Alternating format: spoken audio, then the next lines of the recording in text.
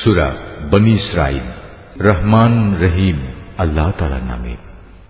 পবিত্র ও মহিমান্বিত সেই আল্লাহ তাআলা যিনি তাঁর এক বান্দাকে রাতের বেলায় মসজিদে হারাম থেকে মসজিদে আকসায় নিয়ে গেলেন, যার পারিপার্শ্বিকতাকে আমি আগেই বরকতপূর্ণ করে রেখেছিলাম, যেন আমি তাকে আমার অদৃশ্য জগতের কিছু নিদর্শন দেখাতে পারি। মূলত সর্বশ্রোতা ও সর্বস্রষ্টা তো স্বয়ং তিনি। আমি মূসাকেও কিতাব দিয়েছি। আমি এই কিতাবকে বনী ইসরাঈলের হেদায়েতের উপকরণ বানিয়েছিলাম। আমি আদেশ দিয়েছিলাম, আমাকে ছাড়া অন্য কাউকে তোমরা নিজেদের কর্মবিধায়ক রূপে গ্রহণ করো না। তোমরা হচ্ছে সেসব লোকের বংশধর যাদের আমি নূহের সাথে নৌকায় আরোহণ করিয়েছিলাম। অবশ্যই সে ছিল আমার এক কৃতজ্ঞ বান্দা। আমি বনী ইসরাঈলদের প্রতি তাদের কিতাবের মধ্যে এ কথার ঘোষণা দিয়েছিলাম, অবশ্যই তোমরা দুবার আমার জমিনে বিপর্যয় সৃষ্টি করবে এবং মানুষের উপর তখন বড় বেশি বাড়াবাড়ি করবে। অতঃপর এই দুয়ের প্রথমটির নির্ধারিত সময় যখন এসে হাজির হল, তখন তোমাদের বিপর্যয় বন্ধ করার জন্য আমি তোমাদের উপর আমার এমন কিছু বান্দাকে পাঠিয়েছিলাম যারা ছিল বীরত্বের অধিকারী।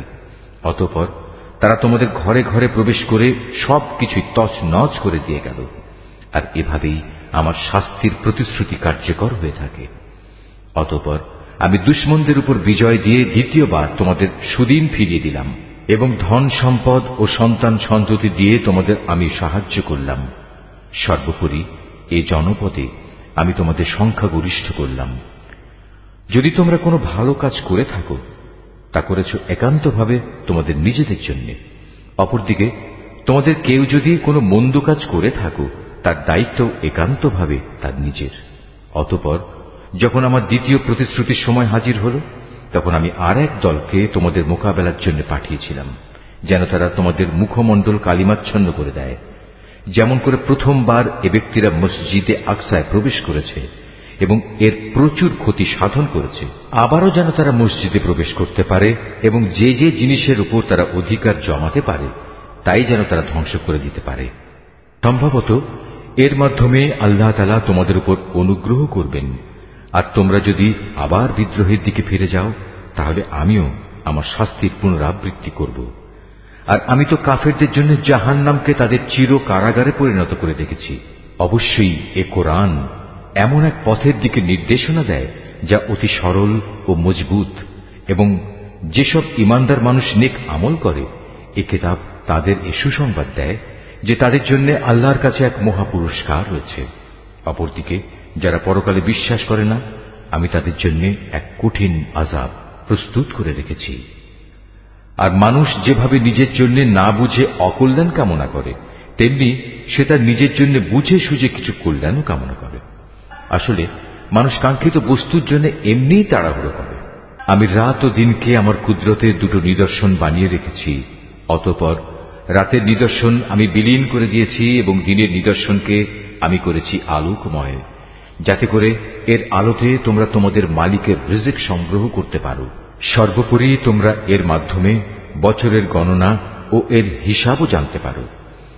আর এর সব কয়টি বিষয়ই আমি খুলে খুলে বর্ণনা করেছি। প্রত্যেক মানুষের ভাগ্যলিপি আমি তার গলায় হারের মতো করে ঝুলিয়ে রেখেছি। কিয়ামতের দিন তার জন্য আমল নামার একটি গ্রন্থ আমি তার সামনে বের করে দেব। সে তা তার সামনে খোলা অবস্থায় পড়ে থাকতে দেখবে। আমি তাকে বলবো, পড়ো, এ হচ্ছে তোমার আমল নামা। আজ নিজের হিসাবের জন্য তুমি একাই যথেষ্ট। যে ব্যক্তি হিদায়াতের পথে চলবে, সে তো চলবে একান্তভাবে নিজের ভালোর জন্য। যে ব্যক্তি গোমরাহ হবে, তার গোমরাহির দায়িত্ব অবশ্যই তার উপর। আসল কথা হচ্ছে, সেদিন কেউই অন্য কারো গুনাহের ভার বইবে না। আর আমি কখনোই কোনো জাতিকে আযাব দেই না, যতক্ষণ না আমি সেখানে আযাব থেকে সতর্ককারী কোনো রসুল না পাঠাই। আমি যখন কোনো জনপদকে ধ্বংস করতে চাই, তখন তার বিত্তশালী লোকদের ভালো কাজের আদেশ করি, কিন্তু তা না করে সেখানে তারা গুনাহের কাজ করতে শুরু করে। অতঃপর এজন্য সেখানে আমার আযাবের ফয়সালা প্রতিষ্ঠিত হয়ে যায়। পরিশেষে আমি তা সম্পূর্ণরূপে বিনাশ করে দেই। নূহের পর আমি এই একই কারণে কত মানব গোষ্ঠীকে ধ্বংস করে দিয়েছি। হে নবী, তোমার মালিক তার বান্দাদের গুনাহের খবর রাখা ও তা পর্যবেক্ষণ করার জন্য একাই যথেষ্ট। কোন ব্যক্তি দ্রুত দুনিয়ার সুখ সম্ভোগ পেতে চাইলে আমি তাকে এখানে তার জন্য যতটুকু দিতে চাই, তা সত্য দিয়ে দেই, কিন্তু পরিশেষে তার জন্য জাহান্নামী নির্ধারণ করে রাখি, যেখানে সে প্রবেশ করবে একান্ত নিন্দিত, অপমানিত ও বিতাড়িত অবস্থায়। অপরদিকে যারা আখিরাত ও তার সাফল্য কামনা করে এবং তা পাওয়ার জন্য যে পরিমাণ চেষ্টা করা উচিত তেমনি ভাবেই চেষ্টা করে, সর্বোপরি যারা হয় সত্যিকার মোমেন, মূলত তারাই হচ্ছে এমন লোক যাদের চেষ্টা সাধনা আল্লাহর দরবারে কবুল হয়। হে নবী, আমি এদের যারা দুনিয়া চায় এবং ওদের যারা আখিরাত চায় সবাইকেই তোমার মালিকের দান থেকে সাহায্য করে যাচ্ছি, এবং তোমার মালিকের দান কারো জন্যই বন্ধ নয়। হে নবী, তুমি দেখো কিভাবে আমি পার্থিব সম্পদের বেলায় তাদের একজনকে আরেকজনের উপর শ্রেষ্ঠত্ব দান করলাম। অবশ্য মর্যাদার দিক থেকে আখিরাত অনেক বড়, তার ফজিলত বহুলাংশে বেশি। হে মানুষ, আল্লাহর সাথে তোমরা অন্য কাউকে মাবুদ বানিও না, নতুবা পরকালে তোমরা নিন্দিত, অপমানিত ও নিঃসহায় হয়ে পড়বে। তোমার মালিক আদেশ করছেন, তোমরা তাকে বাদ দিয়ে অন্য কারো ইবাদত করো না, এবং তোমরা তোমাদের পিতামাতার সাথে সৎ ব্যবহার করো। তাদের একজন কিংবা উভয়ই যদি তোমার জীবদ্দশায় বার্ধক্যে উপনীত হয়, তাহলে তাদের সাথে বিরক্তিসূচক কিছু বলো না এবং কখনো তাদের ধমক দিও না। তাদের সাথে সম্মানজনক ভদ্রজনিত কথা বলবে।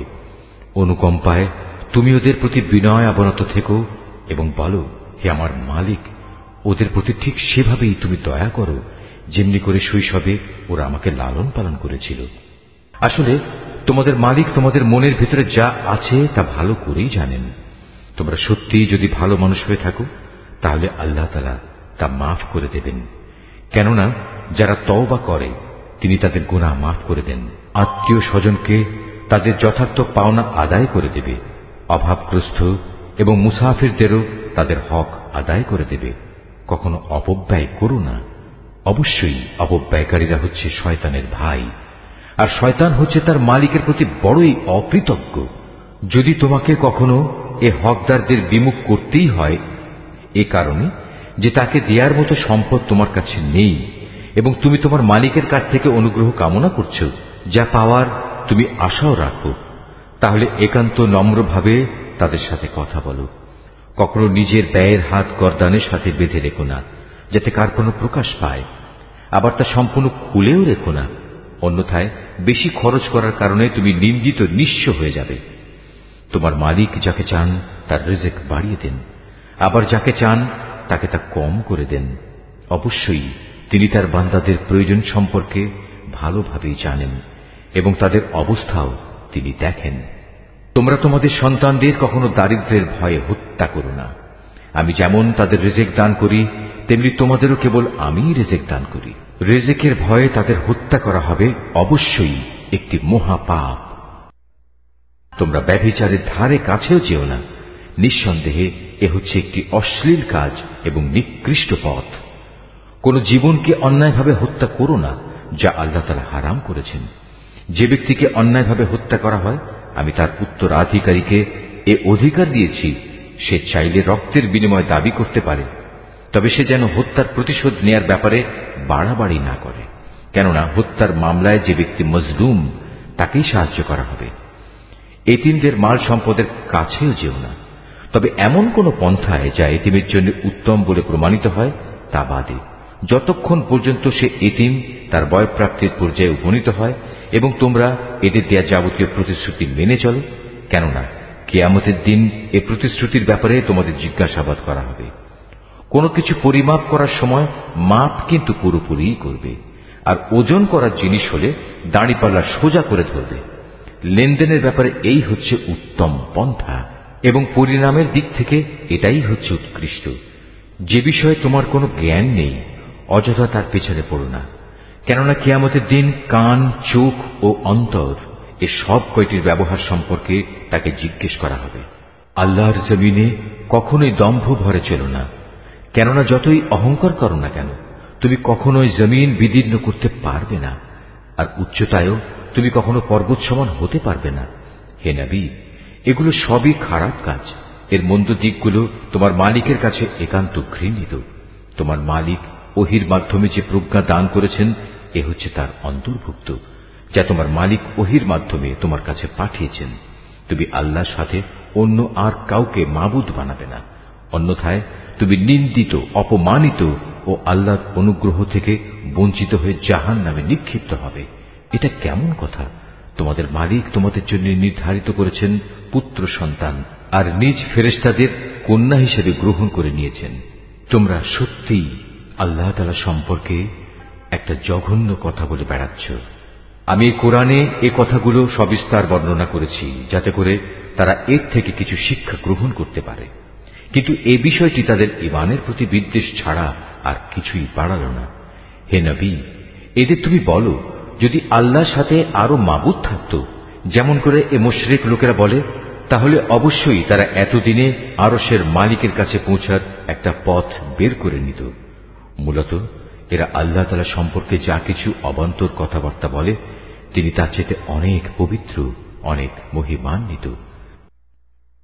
সাত আসমান, জমিন, এ দুয়ের মাঝখানে যা কিছু মজুদ আছে তা সবই আল্লাহ তাআলার পবিত্রতা ও মহিমা ঘোষণা করছে।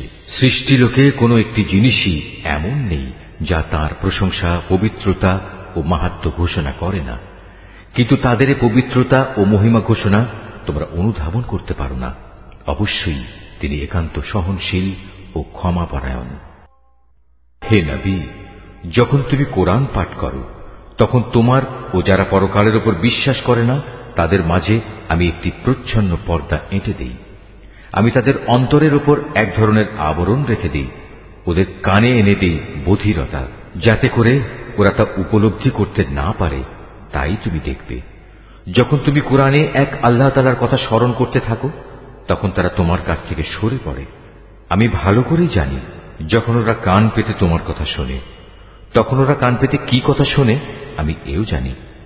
যখন এই জালেমরা নিজেদের মধ্যে সলা পরামর্শ করে বলে, তোমরা তো একজন জাদুগ্রস্ত লোকেরই অনুসরণ করে চলেছ, হে নবী দেখো এরা তোমার ব্যাপারে কি ধরনের উপমা তৈরি করেছে। মূলত এসব কারণেই এরা গোমরা হয়ে গেছে, অতএব এরা সঠিক পথের সন্ধান পাবে না। এ মূর্খ লোকেরা বলে, আমরা মৃত্যুর পর হাড্ডিতে পরিণত হয়ে পচে গেলেও কি নতুন সৃষ্টিরূপে পুনরায় উত্থিত হব? তুমি তাদের বলো, মৃত্যুর পর তোমরা পাথর হয়ে যাও কিংবা লোহায় পরিণত হও, সর্বাবস্থায় তোমরা পুনরুত্থিত হবে। কিংবা এমন কিছু সৃষ্টি তোমাদের ধারণায় যার বাস্তবায়ন হওয়া খুবই কঠিন। অচিরেই তারা বলবে, অবস্থা এমন হলে কে আমাদের পুনরায় জীবিত করবে? তুমি বলো, হ্যাঁ তিনিই করবেন, যিনি তোমাদের প্রথমবার সৃষ্টি করেছেন। অতঃপর তুমি দেখবে তারা তোমার সামনে মাথা নাড়াবে এবং বলবে, তাহলে কবে হবে এসব কিছু? তুমি বলো, সম্ভবত সেদিন খুব শীঘ্রই সংঘটিত হবে, যেদিন আল্লাহ তাআলা তোমাদের ডাক দেবেন এবং তোমরা সবাই তার প্রশংসা করতে করতে তার ডাকে সাড়া দেবে। আর তোমরা ভাববে সামান্য কিছু সময়ই তোমরা কবরে কাটিয়ে এসেছ। হে নবী, আমার বান্দাদের বলে দাও তারা যেন কথা বলার সময় এমন সব কথা বলে যা উত্তম, কেননা শয়তান খারাপ কথা দ্বারা তাদের মাঝে বিভেদ সৃষ্টির উস্কানি দেয়, আর শয়তান তো হচ্ছে মানুষের প্রকাশ্য দুশমন। হে মানুষ, তোমাদের মালিক তোমাদের সম্পর্কে ভালো করেই জানেন। তিনি চাইলে তোমাদের উপর দয়া করেন, আবার চাইলে তিনি তোমাদের শাস্তি দেন। হে নবী, আমি তো তোমাকে তাদের উপর কোনো অভিভাবক করে পাঠাইনি। তোমার মালিক তাদের ভালো করেই জানেন যা আসমান সমূহ ও জমিনের মাঝে মজুদ রয়েছে। আমি এক একজন নবীকে এক একজনের উপর মর্যাদা দান করেছি। এমনি ভাবেই আমি দাউদকে জবুর কিতাব দান করে মর্যাদাবান করেছি। হে নবী, এদের বলো, তোমরা আল্লাহকে বাদ দিয়ে যাদের মাবুদ মনে করে ডাকো তাদের ডেকে দেখো, দেখবে তারা তোমাদের কষ্ট দূর করা কিংবা তা বদলে দেওয়ার কোনো ক্ষমতাই রাখে না। ওরা যাদের ডাকে তারা স্বয়ং নিজেরাই তো তাদের মালিকের কাছে পৌঁছার উছিলা তালাশ করতে থাকে। তারা দেখতে চায় তাদের মধ্যে কে আল্লাহ তাআলার নিকটতর হতে পারে এবং তারা তাঁরই দয়া প্রত্যাশা করে, তার আযাবকে ভয় করে। মূলত তোমার মালিকের আযাব এমনই একটি বিষয় যা একান্ত ভীতিপ্রদ। এমন কোন একটি জনপদ নেই যা আমি কিয়ামতের দিন আসার আগেই ধ্বংস করে দেব না, কিংবা তাদের আমি কঠোর আযাব দেব না। এসব কথা তো আমার পাঠানো কিতাবেই লিপিবদ্ধ আছে। আমাকে আযাবের নিদর্শন সমূহ পাঠানো থেকে এছাড়া অন্য কোনো কিছুই নিবৃত্ত করতে পারেনি যে তাদের আগের লোকেরা তা অস্বীকার করেছে। আমি সামুদ জাতিকে দৃশ্যমান নিদর্শন হিসেবে একটি উষ্ট্রি পাঠিয়েছিলাম। অতঃপর তারা আমার সেই নিদর্শনের সাথে জুলুম করেছে। আসলে আমি ভয় দেখানোর জন্যই তাদের কাছে আযাবের নিদর্শন সমূহ পাঠাই। হে নবী, স্মরণ করো যখন আমি তোমাকে বলেছিলাম তোমার মালিক জ্ঞানের পরিধি দিয়ে সব মানুষদের পরিবেষ্টন করে আছেন। যে স্বপ্ন আমি তোমাকে দেখিয়েছিলাম তাকে আমি আসলে মানুষদের জন্য পরীক্ষার বিষয় বানিয়ে দিয়েছিলাম, এবং সে গাছকেও পরীক্ষার কারণ বানিয়েছি যার প্রতি কোরআনে অভিশাপ দেওয়া হয়েছে। এভাবেই আমি তাদের ভয় দেখাই। মূলত আমার ভয় দেখানো তাদের গুমরাহি কেবল বাড়িয়ে দিয়েছে। স্মরণ করো যখন আমি ফেরেশতাদের বললাম তোমরা আদমকে সাজদা করো, তখন তারা সবাই আমার আদেশে সাজদা করল, ইবলিস ছাড়া। সে বলল, আমি কিভাবে তাকে সিজদা করব যাকে তুমি মাটি থেকে সৃষ্টি করেছ? সে বলল, তুমি কি একে দেখেছ যাকে তুমি আমার উপর মর্যাদা দান করলে? যদি তুমি আমাকে কিয়ামত পর্যন্ত অবকাশ দাও তাহলে আমি অবশ্যই তার গোটা বংশধরদের নিজের আয়ত্তে নিয়ে আসব, তবে একটি ক্ষুদ্র দল ছাড়া যারা বেঁচে থাকতে পারবে। আল্লাহ তাআলা বললেন, যাও, দূর হয়ে যাও এখান থেকে। তাদের মধ্যে যারা তোমার আনুগত্য করবে তোমাদের সবার শাস্তি হচ্ছে জাহান্নাম, আর জাহান্নামের শাস্তিও পুরোপুরি দেয়া হবে। এদের মধ্যে যাকেই পারো তুমি তোমার আওয়াজ দিয়ে গোমরা করে দাও। তোমার যাবতীয় অশ্বারোহী ও পদাতিক বাহিনী নিয়ে তাদের উপর গিয়ে চড়াও হও। ধন সম্পদ ও সন্তান সন্ততিতে তুমি তাদের সাথী হয়ে যাও এবং যত পারো তাদের মিথ্যা প্রতিশ্রুতি দিতে থাকো। আর শয়তান তাদের যে প্রতিশ্রুতি দেয় তা প্রতারণা ছাড়া আর কিছুই নয়। নিঃসন্দেহে যারা আমার খাস বান্দা তাদের উপর তোমার কোনো ক্ষমতা চলবে না। হে নবী, তোমার মালিক অবশ্যই তাদের কর্মবিধায়ক হিসেবে যথেষ্ট। হে মানুষ, তোমাদের মালিক তো হচ্ছেন তিনি যিনি তোমাদের জন্য সমুদ্রে জলযান পরিচালনা করেন, যাতে করে তোমরা জলে স্থলে তাঁর প্রদত্ত রিজিক তালাশ করতে পারো। নিশ্চয়ই তিনি তোমাদের উপর পরম দয়ালু। আর উত্তাল সমুদ্রের মধ্যে যখন তোমাদের উপর কোনো বিপদ মুসিবত আপতিত হয় তখন আল্লাহ তাআলাকে বাদ দিয়ে ইতিপূর্বে তোমরা যাদের ডাকতে তারা সবাই তোমাদের মন থেকে হারিয়ে যায়, এবং ডাকার জন্য এক আল্লাহই সেখানে বাকি থেকে যান। অতঃপর তিনি যখন তোমাদের স্থলে এনে বিপদ থেকে উদ্ধার করেন তখনই তোমরা তাঁর থেকে মুখ ফিরিয়ে নাও। আসলে মানুষ হচ্ছে নেহায়েত অকৃতজ্ঞ। তোমরা কি করে নিশ্চিত হয়ে গেছো তিনি তোমাদের স্থলে এনে এর কোথাও তোমাদের গেড়ে দেবেন না, অথবা তোমাদের উপর মরণমুখী কোনো ধূলিঝড় নাজিল করবেন না? এমন অবস্থা যখন আসবে তখন তোমরা কোনো অভিভাবকও পাবে না। অথবা তোমরা এ ব্যাপারেও কি নিশ্চিত হয়ে গেছো যে তিনি পুনরায় তোমাদের সেই সমুদ্রে নিয়ে যাবেন না, এবং স্থলে এসে যে আচরণ তোমরা তার সাথে করেছ তোমাদের সেই অকৃতজ্ঞতার শাস্তি স্বরূপ তিনি অতঃপর তোমাদের উপর প্রচন্ড ঝড় পাঠাবেন না এবং তোমাদের উত্তাল সমুদ্রে ডুবিয়ে দেবেন না? আর এমন অবস্থা দেখা দিলে তোমাদের জন্য সেদিন আমার বিরুদ্ধে কোনো সাহায্যকারী পাবে না। আমি অবশ্যই আদম সন্তানদের মর্যাদা দান করেছি। স্থলে ও সমুদ্রে আমি ওদের চলাচলের বাহন দিয়েছি এবং তাদের পবিত্র জিনিসসমূহ দিয়ে আমি রিজিক দান করেছি। অতঃপর আমি অন্য যত কিছু সৃষ্টি করেছি তার অধিকাংশের উপরই আমি তাদের শ্রেষ্ঠত্ব দান করেছি। যেদিন আমি প্রত্যেক জাতিকে তাদের নেতাদের সাথে ডাকব, সেদিন যাদের আমলনামা তাদের ডান হাতে দেয়া হবে তারা খুশি হয়ে তা পড়তে শুরু করবে। তাদের উপর সেদিন বিন্দু মাত্র জুলুম করা হবে না। যে ব্যক্তি জেনে বুঝে এই দুনিয়ায় সত্য থেকে অন্ধ হয়ে থেকেছে, পরকালেও সে আল্লাহর নিয়ামত থেকে অন্ধ থেকে যাবে এবং হেদায়েত থেকেও সে হবে পথহারা। হে নবী, আমি তোমার প্রতি যে ওহী পাঠিয়েছি তার প্রচার ও প্রতিষ্ঠা থেকে তোমার পদস্খলন ঘটাবার ব্যাপারে এরা কোনো প্রকার চেষ্টা থেকেই বিরত থাকেনি, যাতে করে তুমি ওহীর বদলে আমার সম্পর্কে কিছু মিথ্যা কথা বানাতে শুরু করো। যদি তেমন কিছু করতে তাহলে এরা তোমাকে তাদের ঘনিষ্ঠ বন্ধু বানিয়ে দিত। যদি আমি তোমাকে তখন অবিচল না রাখতাম তাহলে তুমি অবশ্যই তাদের দিকে সামান্য কিছুটা হলেও ঝুঁকে পড়তে। আর এমনটি যদি হতো তাহলে এই জীবনে যেমন আমি তোমাকে দ্বিগুণ শাস্তি আস্বাদন করাতাম, তেমনি মৃত্যু পরবর্তী কালেও আমি তোমাকে দ্বিগুণ শাস্তি আস্বাদন করাতাম। তুমি আমার বিরুদ্ধে তখন কোনোই সাহায্যকারী পেতে না। হে নবী, এরা এ ব্যাপারেও কোনো চেষ্টা ত্রুটি করেনি যে তোমাকে এ ভূখণ্ড থেকে উৎখাত করে এর বাইরে কোথাও ফেলে দেবে। যদি তেমনটি হতো তাহলে তোমার পরে তারা নিজেরাও সেখানে সামান্য কিছুক্ষণই মাত্র টিকে থাকতে পারত। তোমার আগে আমি যত নবী রসুল পাঠিয়েছিলাম তাদের ব্যাপারে এই ছিল আমার নিয়ম, আর তুমি আমার সে নিয়মের কখনো রদবদল দেখতে পাবে না।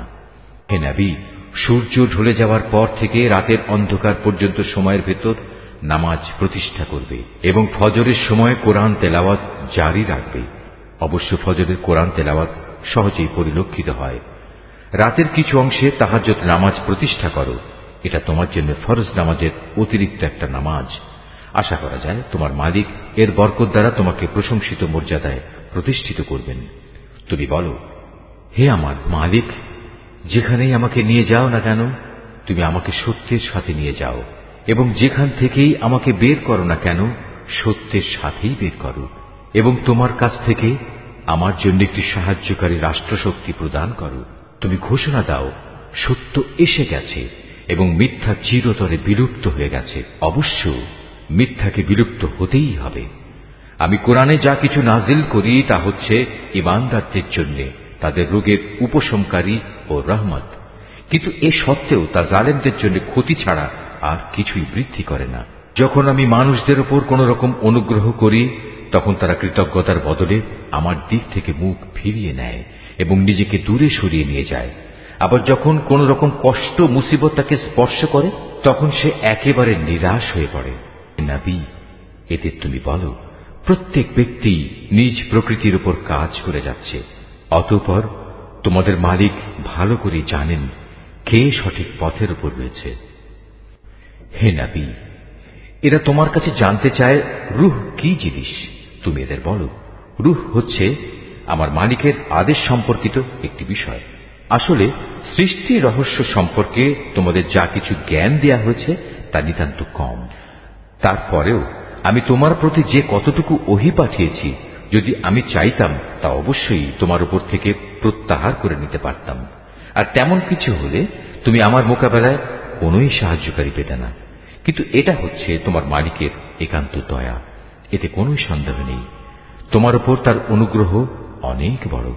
তুমি তাদের এও বলো, যদি সব মানুষ ও জিন এ কাজের জন্য একত্রিত হয় যে তারা এ কোরআনের অনুরূপ কোনো কিছু বানিয়ে আনবে, তাতেও তারা এর মতো কিছু তৈরি করে আনতে পারবে না। যদিও এ ব্যাপারে তারা একে অপরের সাহায্যকারী হয়, তবুও নয়। আমি কোরআনের মধ্যে মানুষদের বোঝানোর জন্য বহু উপমা দ্বারা হেদায়েতের বাণী বিশদভাবে বর্ণনা করেছি, কিন্তু অধিকাংশ মানুষই তা অমান্য না করে ক্ষান্ত হল না। এরা বলে, কখনোই আমরা তোমার উপর ঈমান আনব না যতক্ষণ না তুমি আমাদের জন্য এই জমিন থেকে এক প্রস্রবণ ধারা প্রবাহিত না করবে, কিংবা তোমার জন্য খেজুরের অথবা আঙুরের একটি বাগান তৈরি হবে এবং তাতে তুমি অসংখ্য নদী নালা বইয়ে দেবে, অথবা যেমন করে তুমি কিয়ামত সম্পর্কে বলো সে অনুযায়ী আসমানকে টুকরো টুকরো করে আমাদের উপর ফেলে দেবে, অথবা স্বয়ং আল্লাহ তাআলা ও তার ফেরেশতাকে আমাদের সামনে এনে দাঁড় করিয়ে দেবে, কিংবা থাকবে তোমার কোন স্বর্ণ নির্মিত ঘর, অথবা তুমি আরোহণ করবে আসমানে। কিন্তু আমরা তোমার আকাশে চড়ার ঘটনাও বিশ্বাস করব না যতক্ষণ না তুমি সেখান থেকে আমাদের জন্য একটি কিতাব নিয়ে আসবে যা আমরা পড়তে পারব। হে নবী, তুমি এদের শুধু এটুকু বলো, মহান পবিত্র আমার আল্লাহ তাআলা, আমি তো কেবল তাঁর পক্ষ থেকে একজন মানুষ, একজন রাসূল বই, কিছুই নই। যখনই মানুষদের কাছে আল্লাহ তাআলার কাছ থেকে হেদায়েত আসত তখন তাদের ঈমান আনা থেকে এছাড়া অন্য কোনো জিনিসই বিরত রাখেনি যে তারা বলতো, আল্লাহ তাআলা আমাদের মতো একজন মানুষকে কি নবী করে পাঠালেন? হে নবী, তুমি তাদের বলো, যদি এই জমিনে ফেরেশতারাই বসবাস করত এবং তারা এখানে নিশ্চিন্তভাবে ঘুরে বেড়াত, তাহলে অবশ্যই আমি তাদের জন্য আসমান থেকে কোনো ফেরেশতাকেই নবী করে পাঠাতাম। তুমি বলো, আমার এবং তোমাদের মাঝে আল্লাহ তাআলাই আমি মনে করি সাক্ষী হিসেবে যথেষ্ট। অবশ্যই তিনি তার বান্দাদের সম্পর্কে জানেন, তিনি তাদের সব আচরণও দেখেন। যাকে আল্লাহ তাআলা হিদায়াত দান করেন সেই মূলত হিদায়াত প্রাপ্ত হয়, আর যাকে তিনি গোমরাহ করেন এমন লোকদের হিদায়াত দানের জন্য হে নবী, তুমি আল্লাহ তাআলা ছাড়া আর অন্য কাউকেই সাহায্যকারী পাবে না। এমন সব গোমরাহ লোকদের আমি কিয়ামতের দিন মুখের উপর ভর দিয়ে চলা অবস্থায় একত্রিত করব। এরা তখন হবে অন্ধ, বোবা ও বধির। এদের সবার ঠিকানা হবে জাহান্নাম। যতবার তা স্থিমিত হয়ে আসবে ততবার আমি তাকে তাদের জন্য প্রজ্বলিত করে আরো বাড়িয়ে দেব। এ হচ্ছে তাদের যথার্থ শাস্তি, কেননা তারা আমার আয়াতসমূহকে অস্বীকার করত। তারা আরো বলতো, মৃত্যুর পর যখন আমরা অস্থিতে পরিণত হয়ে যাব ও চূর্ণ বিচূর্ণ হয়ে যাব, তখনও কি আমরা নতুন সৃষ্টিরূপে উত্থিত হব? এ মূর্খ লোকেরা কি ভেবে দেখেনি আল্লাহ তাআলা, যিনি আসমান সমূহ ও জমিন পয়দা করেছেন, তিনি এই বিষয়ের উপর ক্ষমতা রাখেন যে তাদের মতো মানুষদের তিনি সৃষ্টি করতে পারেন। দ্বিতীয়বার তাদের পয়দা করার একটি ক্ষণ তিনি তাদের জন্য নির্ধারণ করে রেখেছেন, যাতে কোনো রকম সন্দেহের অবকাশ নেই। তথাপি এ জালেম লোকেরা সেই দিনকে অস্বীকার করেই যাচ্ছে। হে নবী, বলো, আমার মালিকের দয়ার ভাণ্ডার যদি তোমাদের করায়ত্তে থাকত, তবে তা ব্যয় হয়ে যাবে, এ ভয়ে তোমরা তা আঁকড়ে রাখতে চাইতে। আসলে মানুষ স্বভাবগতভাবেই অতিশয় কৃপণ। আমি মূসাকে 9টি স্পষ্ট নিদর্শন দিয়েছিলাম। অতএব হে নবী, তুমি স্বয়ং বনী ইসরায়েলদের কাছে এই কথাটা জিজ্ঞেস করো। যখন সে তাদের কাছে নবী হয়ে এসেছিল, তখন ফেরাউন তাকে বলেছিল, হে মূসা, আমি মনে করি তুমি একজন জাদুগ্রস্ত ব্যক্তি। এর জবাবে সে বলেছিল, তুমি একথা ভালো করেই জানো, নবুয়তের প্রমাণ সম্বলিত এসব অন্তর্দৃষ্টি সম্পন্ন জ্ঞান আসমান সমূহ ও জমিনের মালিক ছাড়া আর কেউই নাজিল করেননি। হে ফেরাউন, আমি তো মনে করি তুমি সত্যি ধ্বংস হয়ে গেছো। অতঃপর সে তাদের এ জমিন থেকে উৎখাত করে দিতে চাইল, কিন্তু আমি তাকে এবং যারা তার সঙ্গী সাথী ছিল তাদের সবাইকে এর নাফরমানির জন্য সমুদ্রে ডুবিয়ে দিয়েছি। অতঃপর আমি বনী ইসরায়েলদের বললাম, এবার তোমরা এই জমিনে নির্বিবাদে বসবাস করো। এরপর যখন আখিরাতের প্রতিশ্রুতির সময় আসবে, তখন আমি তোমাদের সবাইকে সংকুচিত করে আমার সামনে নিয়ে আসব। এ কোরআনকে আমি সত্য বাণী সহকারে নাজিল করেছি, তাই তা সত্য নিয়েই নাজিল হয়েছে। আমি তো তোমাকে কেবল জান্নাতের সুসংবাদ দাতা ও জাহান্নামের সতর্ককারী রূপেই প্রেরণ করেছি।